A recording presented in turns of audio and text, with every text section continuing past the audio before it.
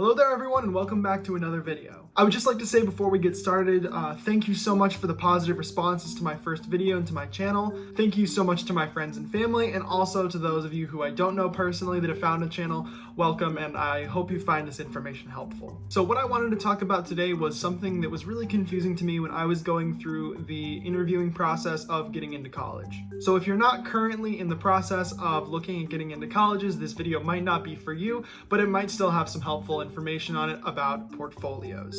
Now, there's not a ton of information that you can find online about portfolios specifically for theater. Yeah, you can find instructions for artist portfolios, but that's not really the same thing as what we want. The whole idea of a portfolio, when you break it down, is to present your work in a visual way. So that means taking pictures of everything. When you're working on a project, when you're just getting started, you want to take pictures. Even little sketches in a notebook, scale drawings, anything. Take pictures of it or save those pieces of paper. I have folders that I keep full of just any sort of paperwork, drawings, anything that I do for a production. Now, it definitely didn't start out this way. When I first started out, all my paperwork was just sort of all over the place wherever it ended up. But when I started looking at getting into colleges and making myself a portfolio, it's super important to condense and organize all of your work. So first I got everything put into folders, and they're numbered. So this folder is number 1. This folder has anything from lists of props that I wanted, to colored renderings of scenery, and even technical sketches of the tree that I mentioned in the last video. Here's how I made it. So that's sort of step number 1 with portfolios. You want to take pictures of your work on your phone whenever you're working on it from beginning to end. It's great to have final shots of the scenery under the lights and with the actors on stage, but what college is like even more than that is in-progress photos. Now, once you have all of your paperwork organized in some kind of way, what you want to do is scan it. Now, while there are scanner apps that you can get on your phone, I do recommend using an actual scanner that is built into a printer or a separate scanner. I created my entire portfolio on my computer in the program Pages for Mac. This wasn't great, but it also wasn't terrible. But before you get started putting together your portfolio on the computer, you want to organize everything into some folders. I can show you right here that I made one folder called Portfolio, and I organized that into 3 folders, which was Documents, Scans, and Actual Photos. Now, I also keep an album on my phone of anything that I've been working on called Builds, and every once in a while when I remember, I select all of the photos that are in progress and drop them into that folder. Now, I did mention how in-progress photos are really important, but also don't forget to take staged photos of your scenery after the fact once it's completed. I know sometimes doing shows and building things can sort of be a race to the end, and once you finally get to Tech Week, you're sort of burnt out, but try to remember to take some good pictures of it, because it's happened to me before where I had to ask friends and family for photos that they took of the show just to have something to put in my portfolio. Now that you have all of your files, your pictures, and documents and everything all in one place on your computer, what you want to do next is make a list. This list should have all of the work that is in those pictures and in those documents and what you did. Most of my work has been done for doing shows and theaters, so I did my list based on production. I wrote down what the production was, what year it was in, what I did, and what documents I had of that production. And if you don't have one already, this list can very easily become your resume, but that is a topic for another video. We will get into resumes later. So there's a few different ways you can actually go about organizing the information in your portfolio. You can go from most impressive to least impressive, or you can go from the most amount of work you did on a show to the least amount you did. I believe in my portfolio, I went from most recent to furthest back. It also kind of worked out for me that this was similar to most relevant to least relevant of the amount of work I did, that as I had moved forward, I did more and more and more work for productions. So now let's take a look at my actual portfolio. I have it right here. Now, I think it is a very good idea to get your portfolio, once it's done, professionally printed at some place like Office Max, where they can have really nice paper and binding. A lot of colleges will want to keep your portfolio on file, so it's a good idea to print about as many as the colleges you're going to. So I personally interviewed about 9 or 10 schools, so I had about 9 or 10 of these printed total. It's a good idea to make a front cover that has your name and what you're doing and some of your work on it. That's what I thought looked good. And also, it's a good idea to have your resume on the last page. But once again, we'll get into that in a later video. So going into the actual layout of the portfolio. For my portfolio, I went show by show, or project by project. So we start off on the first page with The Great All-American Musical Disaster. Now for this show, I designed the entire set and I was in charge of building it. We never really had titles at our high school about what we did, such as technical director, scenic designer, anything like that. So for this show, I really just listed all of the different steps I took and what I actually did through the process. So my very first page is some scenic prelims that I gave to our director. Now a good thing to note is that you want to have descriptors along with your photos. A lot of the time, yes, when you present your portfolio, well, you will physically be there to be able to talk about it, but sometimes people want to look at it first, and it's a good idea that they know what they're looking at. When we move on to the next page, we can see some more final scenic designs after talking with the director. Once again, I explain what each picture is and what I was doing in that step of the process. Earlier, I mentioned not taking very good final photos, and this is one of those examples where I basically have the cast photo and something I borrowed from a friend's Instagram. Once again, explaining the photos, what I did and how I got there. So something you want to make sure you have on the top of every page is your project or production name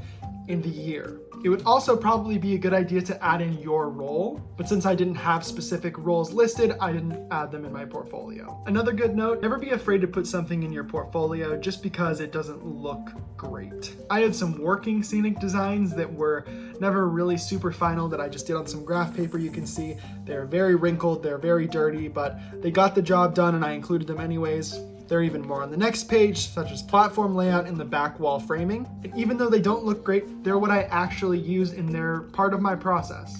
Now, I did clarify that these were working drawings and not by any means a final scenic design, but it's always good to include stuff like that. Include little notes you write yourself or little other things that help you along the way. The most important part about your portfolio is not the finished product, it's the process. And the more of your process you can show, the better off you're gonna be. Like here, for a production of Seussical, I have an entire page that just shows progress along the way from one step to the next. And then on the next page shows the finished product. This should look familiar, the grandmother's tree. And even with these super simple drawings, they don't have any dimensions on them. They're barely even in scale. But you can see directly how this led to this. Now, once you've exhausted your list of productions and big projects of the like, that's not all you have to include in your portfolio. Many places like to see other artistic examples of things you've done. In high school, I took a beginning drawing class and I was able to include some examples of my work I did in that, even though they have nothing to do with theater. Also, I saw a BuzzFeed video one time about a phone charger that looked like the Iron Throne. Guess what? It went in the portfolio. Ta-da! And any other weird projects you've done that you think might show your creative talents, like bright pink pajama pants, throw them in there. I had a whole section just called Other Artistic Examples. And that's really what a lot of colleges want to see. They want to see that you have some experience doing the kind of work that you'd be studying in school. But they also want to see that you're a creative person, that you have other interests other than just theater. So say you love to paint, throw some pictures of your paintings in there. Anything that you can put in there that shows you as a creative and well-rounded person is going to benefit you. Also, something small that I wanted to touch on about portfolio is font choice. This may seem like a small decision, but it took me so long to decide on, and once I finally did decide, I was very happy with my choice. Now, this does come down a little bit to personal preference, but I am a big fan of sans serif fonts. I feel that these fonts are just more professional and very clean, and they present you as a very put together individual. Fonts like Brandon Grotesque, Helvetica, Avener, and my personal favorite, Futura, which I did my entire portfolio in. I feel they just give the whole thing a very polished, clean, professional look. Now, as for specific page layout, it's really important that you think about your balance between blank space or negative space and positive space. If we take a look here at my very first page, you can see that the photos aren't too big. There's a little bit of space here, there is a nice margin around, and the fonts aren't huge. It doesn't feel overcrowded and you get just enough information. Now, it's also a good idea to group pictures of similar things next to each other. Like these two working drawings I decided to put next to each other because they essentially serve the same purpose, and they can fall under the same description below. Or these plan views for Horton's Nest and Seussical. This was more of a plan for the painting, and this was more of a plan for the framing. Also, don't be afraid to just have a whole page of photos and then explain them later on, or to have that page full of photos be your finished photos after you've already explained your process. Now, you might be asking what to specifically write about the pictures and documents you feature in your portfolio. What I chose to do was to just write about each photo or group of photos, what their significance was, and what their impact was on the overall project. So for these drawings of the grandmother's tree, I wrote, "The first set piece I ever designed was the grandmother's tree. The sketches and scale drawings shown below helped me to construct it." This gives some background about the project, what my role was, and what is shown on the page. On the next page, I show actual pictures of the tree finally finished, and I gave a little more background about the finished tree.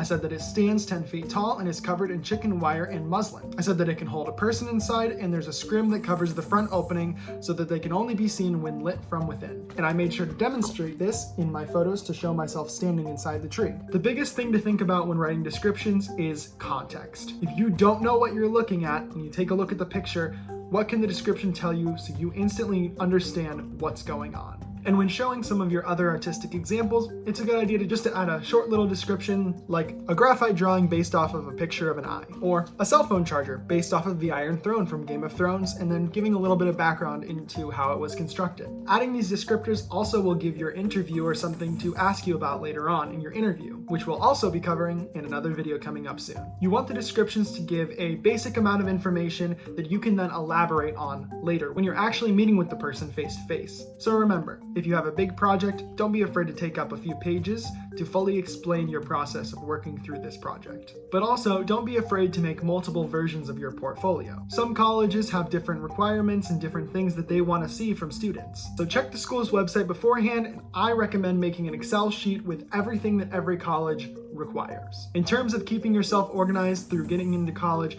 there's nothing I recommend more than lots of Google Docs spreadsheets and yellow legal pads. There is nothing on this earth as good as a yellow legal pad and a Pilot G2 pen. With those two things, you can conquer the world or get into college. In fact, I still have all of my legal pads from when I was getting into college, and they're a mess. Thank you so much for watching, and make sure to comment down below if there are any other questions you have or anything you'd like me to clarify in future videos about portfolios, or anything else you'd like to have me talk about from the college process. I know it can be really confusing and there's not a ton of information out there, so that's why I'm doing this. I am here as a resource for you, but also remember that I'm only speaking from my own experience, and your experiences might be different from the ones that I talk about on here. If you like this video, hit the like button, and if you're interested in more information about getting into college for theater or making theater, please hit the subscribe button for more content. Thanks very much for watching, and have a great day.